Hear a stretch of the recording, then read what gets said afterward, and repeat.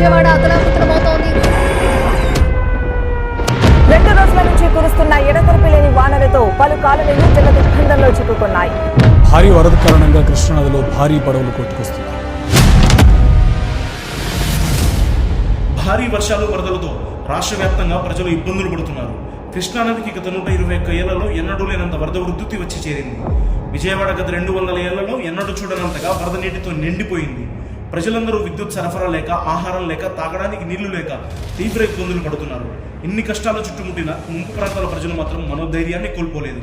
కారణం, ఒక శక్తి తమకు అండగా ఉందని, ఆ శక్తే తమను కాపాడుతుందని గట్టిగా నమ్మి నిలబడ్డారు.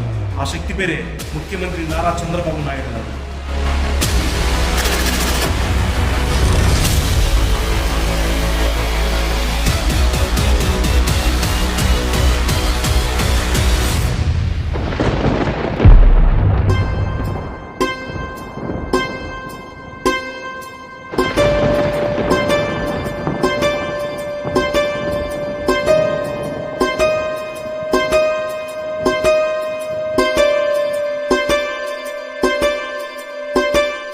విజయవాడ నీట మునిగింది అని ఆయన చెవిన పడింది.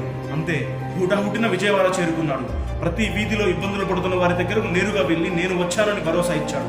విజయవాడ కలెక్టరేట్ ని తన నివాసంగా మార్చుకుని విజయవాడ తేరుకున్నాకే ఇంటికి వెళ్తానని నిర్ణయించుకున్నాడు. అధికారులతో సమీక్షలు జరిపారు.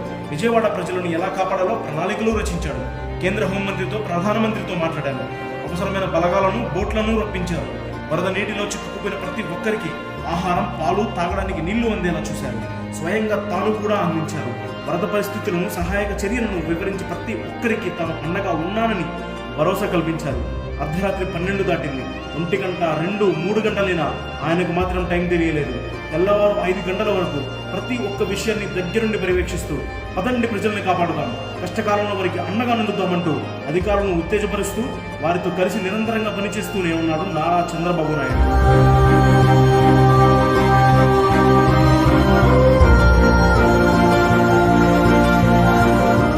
తోడు ఉన్నంతకాలం ఎలాంటి తుఫానులు, వర్షాలు, వరదలైనా తమని ఏమీ చేయలేవని అక్కడున్న వారందరికీ తెలుసు. అందుకే ఇంత కష్టకాలంలో కూడా బాధితులు ధైర్యంగా నిలబడ్డారు.